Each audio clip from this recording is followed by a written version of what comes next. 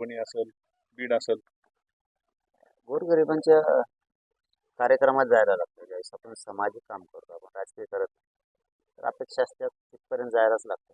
तर डॉक्टर साहेबांचं जगदीश डॉक्टर साहेबांचं हॉस्पिटलचं उद्घाटन होतं. काय नाव दिलं?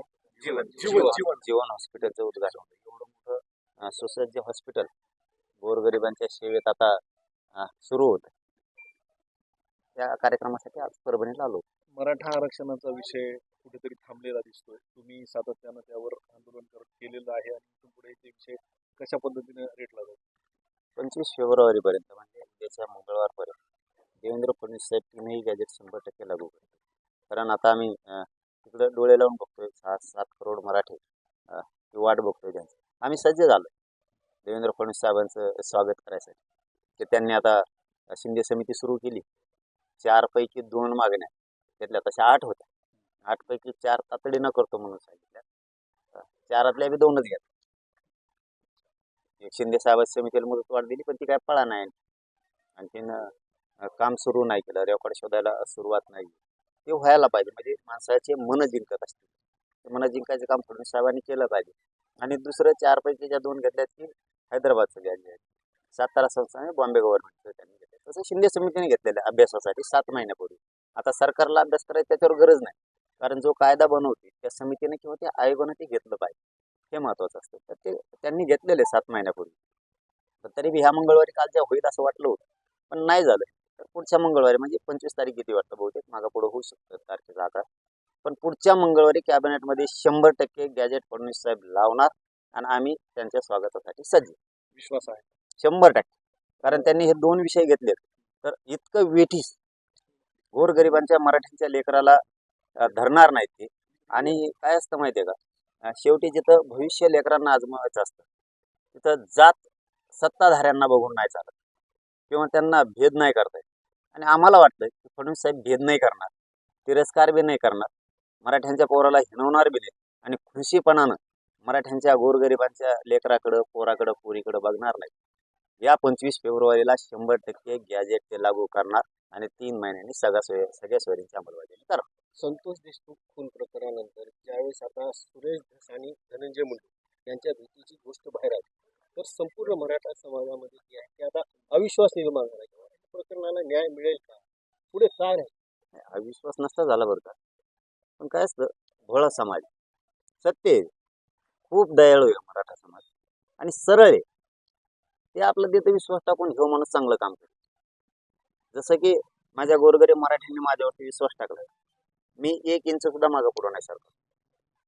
शपथ सांगतो, मी कसलेच कोणचे सेटलमेंट का काय म्हणते ते नाही, मॅनेज नाही, फुटलो नाही, कोणाच्या दाराला शिवलो नाही, मंत्रालयापर्यंत आत्तापर्यंत गेलो नाही. काय बोलायचं ते व्यासपीठावरतीच बोललो समाजासमोर. मी माझ्या समाजाचा विश्वासघात नाही होते. तसंच झालं की कुठंतरी लय दिवसानं मराठ्यांनी एका राजकीय नेत्यांवरती विश्वास ठेवला होता, आमदारावर. आणि लय जीव लावला, मी आता लय लावला दसांना, प्रचंड जीव लावला. वाटतच नव्हतं असं होईल. त्याला काय झालं एवढं भेटायला त्याला काय झालं? उलट त्यांनी असं करायला पाहिजे होतं, जर त्यांच्यावरती दबाव असला पक्षाचा की तू तिथं जाय, त्या धनंजय मुंडेकडे जाय, त्याची भेट घे आणि जरा ते मिटतंय का बघ, मिटून घे, असं सांगितलं जणून काय अध्यक्ष ते बावनकुळे साहेबांनी सांगितलं ते मिटून घे. यांनी एक विश्वास जिंकणं खूप गरजेचं. लाट ही लक्षात आली पाहिजे. आणि ते मुरबी आमदार आहे, ते काय नवीन मंत्री पण राहिले. त्यांनी सरळ सांगायला पाहिजे होतं मीडियाच्या बांधवाच्या समोर येऊ, मला पक्षाने दबाव आणला, त्याची भेट घे म्हणून, आणि ते मॅटर दाबून टाक, मिटून घे, असं सांगितलं. मी मीडियाच्या बांधवाच्या समक्ष सांगतो, मला धनंजय मुंडेची भेट घ्यायची नाही, असं त्यांनी सांगायला पाहिजे होतं. मी आत्ता पक्षाचा आणि आमदारकीचा राजीनामा देतो. राज्यात ना त्या माणसाला काय केलं असतं मराठ्यांनी सांगता नसता आला. 1,67,000 मतांनी पुन्हा निवडून आले असते जर उभा राहिले. परभणीत लय जीव लावला, त्यामुळे मला त्या विषयात बोलायचं बी नाही. ते विषय संपला बी माझा. बीडचं प्रकरण असेल, परभणीचं प्रकरण असेल, परळीतलंही अनेक प्रकरण आता समोर येत आहेत. न्याय अजूनही मिळालेला नाही. बीडचा एक आरोपी आहे, परभणीमध्ये कारवाई झालेली नाही. काय वाटतं, एकूण गृह मंत्रालय सक्षम आहे का या सगळ्या? न्याय मिळणार नाही, कोणालाच मिळणार. जर तुम्ही लोकांना येड्यात काढणार असला तर न्याय मिळणार नाही. ना सोमनाथ सूर्यवंशीला मिळणार, ना वाकुळींना मिळणार, ना ते मुंडेचे 2-3 मर्डर झाले त्यांना मिळणार, ना संतोष भायांना देशमुखांना मिळणार. न्याय मिळणार नाही. कारण यांनी कोणाला आणखी संतोष भाईच्या मॅटरमध्ये 6 आरोपी केलं. चार्जशीटमध्ये आणखीन मोबाईल आला नाही, त्यांना कुणी सांभाळलं ते पण नाही आलं, त्यांनी कुठे घरी ठेवलं ते पण 6 आरोपी नाही केले, गाड्या कोणी वापरल्या ते पण चार्जशीटमध्ये आणखीन आलं नाही. असे कित्येक तरी आहेत त्यांचे जे आरोपी आहेत यांची ते काय नाव आहे पण सरमाड का खारमाड ते मध्ये जाऊन पडले ते खंडणी मागणार त्यांच्या आणि त्या आरोपींच्या संपत्ती जप्त केल्या नाही, ही पैसा कोणासाठी त्यांनी ही माया जमवली हे पण तपासात नाही. म्हणून हे मॅटर असं वाटतंय की हे आरोपी सुटतील, कारण त्याची ईडी चौकशी आतापर्यंत लागायला पाहिजे. साध्या पोराच्या मागं पोलीस लागत होतो, साधे एक कमेंट टाकली होती आमच्या एका पोरानं, तर ते 8 महिने मुंबईला होतं जेलमध्ये कमेंट फडणवीस साहेब परत त्यांना बोलल्यावर काय होतं, त्यांना तो राग मला नाही निघत दम. कारण मी गरीबाचा लेकरू आहे, मला एखाद्या गरीबाला फसवलं ना तर मला लई होतं. आजचं एक प्रकरण सांगतो तुम्हाला, मी कमून लक्ष द्या म्हणतो गरीबाकडे. बघा हे बघा, लमाणी समाजाचं म्हणजे बंजारा बांधवाचं एक ऊस तोडून येत होते गावाकडे आणि करंजीच्या घाटात म्हणजे पाथर्डीला दोघंही नवरा बायको त्या ॲक्सिडेंटमध्ये वारले. एक मुलगी 2 मुले बारीक लिंबाखाली बसलेले होते, आम्ही आता भेटून आलो तिथून त्यांना. इतकी वाईट परिस्थिती, सरकारनं अशा लोकांकडे बघितलं पाहिजे. कुणी नाही, फक्त आजी, त्या लेकरांना सांभाळायला आता आजी. ते आजी असं सांगत होत्या की ऊस तोडून माझं पोरग लेकराचं पोट भरीत होतं, पोट म्हणे ते पोट भरत होतं. इतकी विदारक परिस्थिती, सरकार अशाकडे बघणार नाही. आम्ही योगायोगानं ते मंत्री संजय राठोड साहेबाला फोन लावला, संजय राठोड साहेबांनी मंत्री महोदयाने तातडीनं फोन लावलाय त्या कुटुंबाला, भेटीलाही जातो आणि आम्ही पूर्ण ताकदीनं मदत करतो. हे उभा करणं गरजेचं सरकारनं, हे मन जिंकणं गरजेचं. हे असं करत नाहीत, एक आरोपी सोडून देणार आता आणि मग मराठ्यात आणि जनतेत उद्रेक होणार. बरं, एक प्रश्न असा आहे की आता इतके दिवस शिंदे मुख्यमंत्री होते, आता देवेंद्र फडणवीस आहेत. मग 2 उपमुख्यमंत्री मराठा समाजाचे असताना आरक्षणाच्या विषयावर हा विषय का बैठकांमध्ये येत नाही किंवा सोडवला जातो?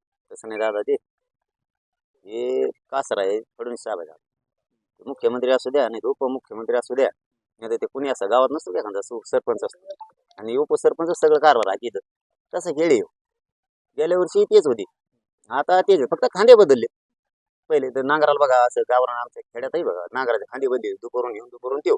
पहिले ते होते, आता हे चाले सारखेच आहे सगळे. हे कोणी असं काहीच नाहीये, पहिले त्यांचं आता सरकार होतं, आता पण त्यांच्या. धनंजय मुंडेंच्या राजीनाम्या संदर्भामध्ये वेगवेगळे खुलासे येत आहेत, म्हणजे ते राजीनामा द्यायला तयार नाहीत. आजही अंजली दमाने यांनी मोठा घोटाळा जे आहे 200 कोटींचा बाहेर काढलेला आहे. ते लईच लापड दिसतंय, इतकं चिटकून बसलंय त्या पदाला. इथून मागं लई जणांनी दिले, त्यांच्याच बहिणी दिला राजीनामा, रावांनी दिला, बरेच जणांनी दिले. मग जर आपल्याला ज्या जनतेनं त्याच्यावरती बसवले, त्यांचीच जरी इच्छा असेल तू दिलं पाहिजे तर द्यायला पाहिजे. कशाला घेऊन बसायचं त्याला चिटकून? एवढं हापापलेलं नाही पाहिजे. ते लयच हापापलेलं दिसते, पैशाला आणि पदाला आणि राजकारणाला, या 3 गोष्टीला. जाती भीतीला नाही, जनतेला नाही, त्याला काही कळत नाही, जात नाही, धर्म नाही, काय नाही, फक्त माणसं मारू टाकीत आहे. ते करमाड का सरमाड हाताखाली धरलं, त्याला इतक्या नोटा कामाला लावल्या, 10-15 कणगी भरत्यान बा, इतके पैसे काय करता आले इतके एकट्याला? इतके त्याचे पैसेच नाही, ते मंत्र्याचे पैसे. ती चौकशी व्हायला पाहिजे, ती ईडी चौकशी तिथं लागायला पाहिजे. त्यामुळे ते लालची माणसं बघा, जनतेचं देणं घेणं नसतं, यांना जातीचंही देणं घेणं नसतं, यांना फक्त पैसा आणि पद लागतात आणि तेवढंच काम त्यांनी केलं. बरं, आपण देश विदेशातील प्रत्येक घडामोडींचे लाईव्ह अपडेट मिळवण्यासाठी आता साम टीव्हीच्या सर्व सोशल मीडिया प्लॅटफॉर्मला लाईक, फॉलो आणि सबस्क्राईब करा. तसंच सर्व नोटिफिकेशनसाठी बेल आयकॉन प्रेस करायला विसरू नका.